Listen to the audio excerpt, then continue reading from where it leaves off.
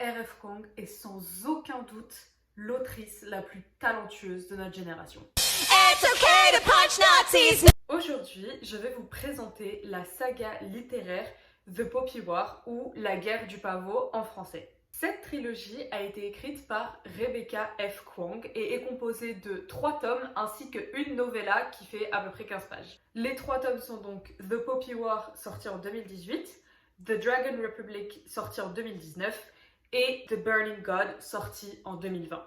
Et on a aussi donc une novella qui s'appelle The Drowning Faith et qui est sortie en 2020 également. Je suis tombée complètement amoureuse de cette trilogie, de cette saga, de son univers et aujourd'hui j'ai envie de vous montrer pourquoi. Sachant que malheureusement, aujourd'hui, seul le premier tome a été traduit en français il y a quelques années, mais on va avoir droit, et je suis trop heureuse, à une réédition par la maison d'édition de Saxus et le premier tome devrait sortir au printemps.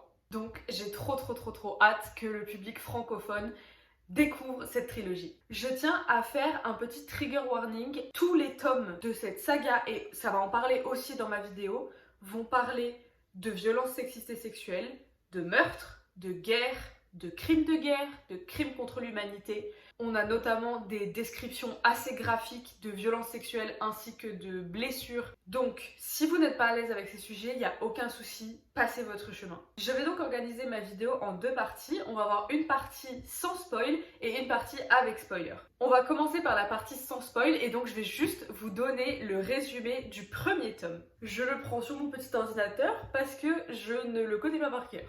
Dans un monde médiéval, 2 pays s'affrontent depuis des siècles. Un immense empire, Nikara, et une petite île, Mugen.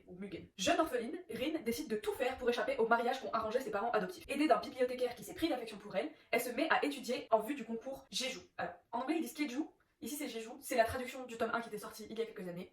Bref. Qui donne aux enfants les plus brillants du pays accès à l'académie militaire de Seingard, chargée de former les futures élites de l'Empire. Après sa formation, sous l'égide d'un vieux maître fantasque et mystérieux qui va peu à peu l'éveiller aux pouvoirs chamaniques qui sont les siens, la guerre larvée éclate de nouveau, sous les coups de boutoir de Mugen. L'académie est dissoute et ses membres affectés à l'une des 12 divisions des 12 provinces qui composent l'Empire. Rin rejoint les Sicaires de l'impératrice. Sous le commandement d'Altan, elle va devoir apprendre à maîtriser les forces que lui prêtent les dieux pour tenter de venir à bout de Mugen. Alors dans cette série, on va avoir un truc qui est très important, c'est le fait que toute l'histoire des 3 tomes est basée sur des faits historiques. En fait, il va s'agir d'une réécriture de la guerre sino-japonaise qui a affronté donc la Chine et le Japon entre 1939 et 1945. Cette guerre a commencé par l'invasion par le Japon de la région de la Mandchourie, qui est au nord-est de la Chine, et s'est terminée au moment de la capitulation totale du Japon, après qu'ils aient été frappés par les 2 bombes nucléaires. Dans ce livre, l'empire de Nikkan représente donc la Chine, l'île de Mugen représente donc le Japon et l'île de Spire, qui est très importante dans l'histoire, représente Taïwan. Alors c'est pas une réécriture mot pour mot entre guillemets, l'autrice va un petit peu remixer les événements, il y a des choses qui vont se passer avant, après, on est plus dans une ambiance 19e siècle je trouve que 20e siècle.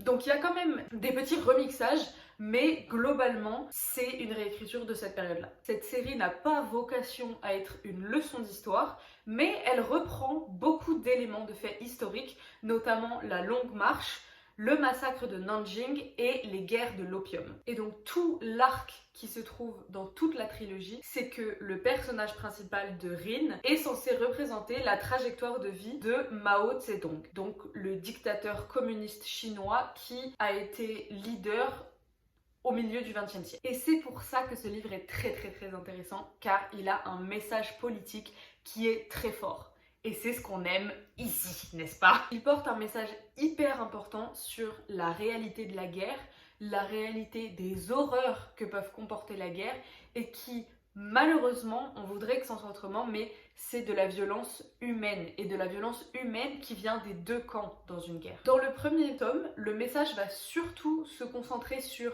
les crimes de guerre et qui doit porter la responsabilité de ces crimes de guerre, à qui ils profitent et par quoi on les justifie. Dans les tomes suivants, on va aussi beaucoup se concentrer sur un message de lutte des classes, forcément, on parle de Mao Zedong, une figure communiste, avec des paysans qui vont s'organiser, se former et se regrouper dans une armée qui va se battre contre une élite bourgeoise. Alors, je vous fais mon petit avis sans spoil de la série entière. Pour moi, R.F. Kuang est clairement l'autrice la plus talentueuse de cette génération, que ce soit au niveau de ses messages, que ce soit au niveau de sa plume, que ce soit au niveau des thèmes abordés, que ce soit au niveau des relations entre les personnages. Je suis une fan absolue. Et très souvent, ces livres sont une occasion géniale d'en apprendre plus sur l'histoire, et en l'occurrence sur l'histoire de l'Asie, que ce soit avec la série The Poppy War ou aussi Babel, qui est devenu mon livre préféré de tous les temps, clairement. Hein. En plus, la Go a quand même 2 doctorats en langue et histoire des pays asiatiques, donc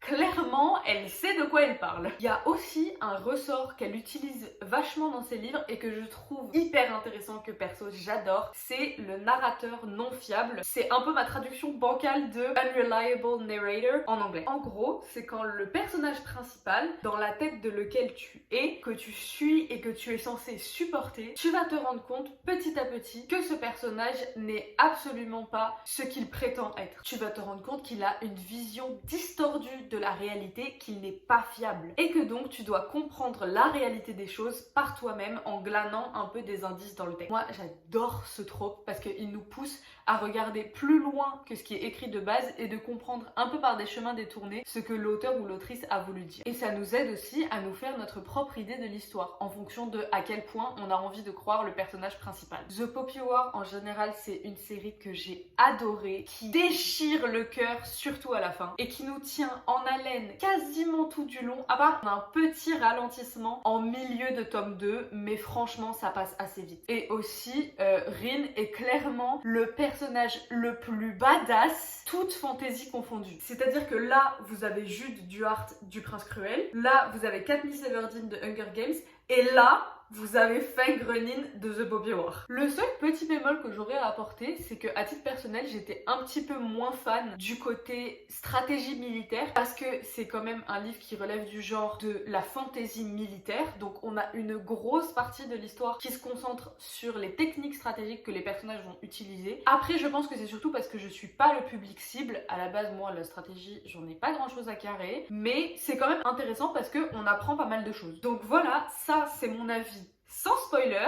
Maintenant, je vais passer à l'avis avec spoiler, donc si vous avez envie de lire ces livres, quittez la vidéo maintenant, hein, clairement. En tout cas, je vous encourage grandement à les lire, soit en anglais dès maintenant, soit quand ils vont sortir en français chez De Saxus à partir du printemps. Et j'espère qu'ils nous feront une édition aussi belle que celle-là, parce que mon Dieu... Donc, on va désormais passer à mon avis avec spoiler. Alors, je vais revenir un petit peu du coup sur le background historique parce que je voulais pas en dire trop avant pour pas risquer de spoiler l'histoire en fait. Donc, dans cette histoire, Rin est censé représenter Mao Zedong et Neza ou Vaisra, selon les interprétations, représente Chiang Kai-shek qui était le général du Kuomintang, qui était l'ennemi juré de Mao Zedong. Et donc l'histoire se concentre sur la trajectoire de Mao jusqu'à ce qu'il arrive au pouvoir. La fin de The Burning God correspond au moment dans l'histoire où il arrive en fait à la tête de la Chine. À ce propos, si ça vous intéresse, je vais vous mettre en description la vidéo de Poisson Fécond qui a retracé en fait toute l'histoire de vie de Mao Zedong, et quand vous avez lu les livres, c'est ultra intéressant de remarquer les similitudes entre les deux, et je trouve sa vidéo très bien faite. Aussi dans l'histoire, les Hespériens sont donc censés représenter les puissances occidentales, mais sans faire vraiment de distinction entre les Français, les Britanniques et les Américains qui étaient impliqués dans le conflit en Asie. Et du coup, c'est pour ça que j'ai adoré, c'est parce que j'ai appris énormément de choses sur l'histoire de la Chine, parce que quand j'ai appris que c'est une réécriture historique, je suis allée me renseigner sur la réalité en fait, et j'ai trouvé ça super intéressant, et c'est également un super moyen de faire découvrir l'histoire à ses lecteurs jeunes. Alors, il y a un truc que j'avais très envie de faire, c'était de vous partager mes citations préférées de l'ensemble de la trilogie de Poppy War. C'est pour ça que je l'ai pas fait en partie sans spoil. Petit bémol, il faut savoir que j'ai préféré ne pas donner les citations en anglais pour que ce soit accessible au plus de monde possible, mais vu qu'on n'a pas de traduction officielle de ces livres en français, ce sera ma traduction à moi, avec mes failles, avec ma petite licence d'anglais et mes notes en traduction, voilà. On pardonnera les erreurs.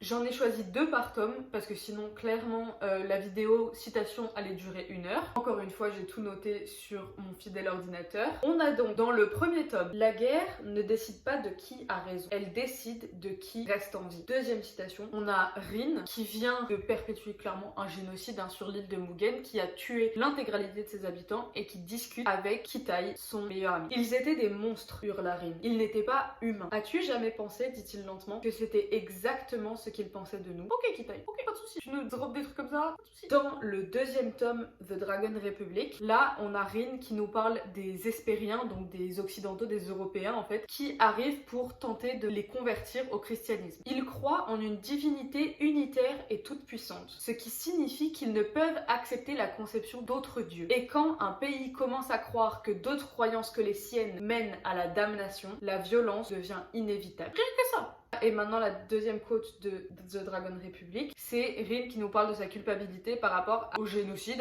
qu'elle a perpétré dans le premier tome. La colère était un bouclier. La colère l'empêchait de se rappeler de ce qu'elle avait fait. Parce que tant qu'elle était en colère, alors ça allait. Elle avait agi rationnellement. Elle avait peur que si elle arrêtait d'être en colère, elle se mettrait à craquer. Pour moi, c'est une explication typique de comment tu peux commettre des horreurs et le savoir, mais continuer dans ton idée. Et ce que font malheureusement énormément de régimes actuellement. Et dans le dernier tome, The Burning God, on a « Mais la pureté idéologique n'était qu'un slogan. Ce n'était pas une fondation stable pour un pays uni. Une nation ne veut rien dire si elle ne peut prendre en charge les personnes qui en font partie. Il faut agir pour leur bien. » Il faut savoir qu'à ce moment de l'histoire, Rin a donc fini la guerre et elle est arrivée à la tête de l'empire de Nikan. Et elle est en train de se demander quoi faire de tous les idéaux sur lesquels elle a basé sa conquête du pays, à savoir des idéaux de lutte des classes où elle a emmené des paysans avec elle pour faire une révolution. Et pour moi, c'est symptomatique typiquement de tout ce qui a pu se passer avec notamment les pays communistes,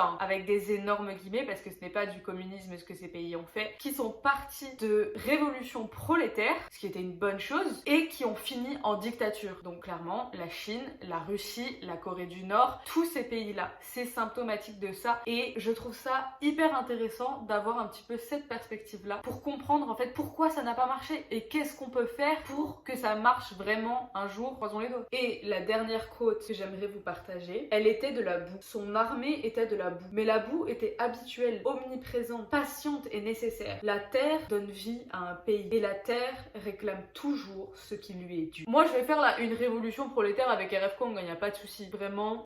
You go girl. Et donc maintenant je vais vous partager mon avis sur l'entièreté de la saga avec spoil. Alors clairement la fin m'a détruite, mais je pense aussi que c'était la seule fin qui était logique entre guillemets parce que les derniers chapitres on comprend clairement que Rin est en train de devenir folle, que le pouvoir est en train de lui monter à la tête et je pense que cette fin c'est un peu la manière de RF Kuang d'imaginer si Mao Zedong en fait n'avait pas commencé à appliquer ses principes, si il s'était vraiment tué lors d'une rencontre avec Chiang Kai-shek, je n'en sais rien. Alors sachant que j'ai pas encore lu The Drowning Face qui est une novella avec certaines scènes mais du point de vue de Neza, mais clairement je pense que quand je vais le lire ça va m'anéantir encore plus parce que rien que le dernier chapitre du dernier tome qui est donc sous le point de vue de Neza, qui est le seul chapitre de toute la saga qui n'est pas sous le point de vue de Rin, est horrible. Déchirage de cœur, déchirage de mon âme, déchirage de tout. En règle générale je trouve que RF Kuang est très très forte avec ses fins, que ce soit dans les 3 tomes de The Poppy War en fait, parce que dans les 3 tomes, dans les 10 dernières pages, il se passe un truc qui remet en question tout notre avis sur toute la saga, etc.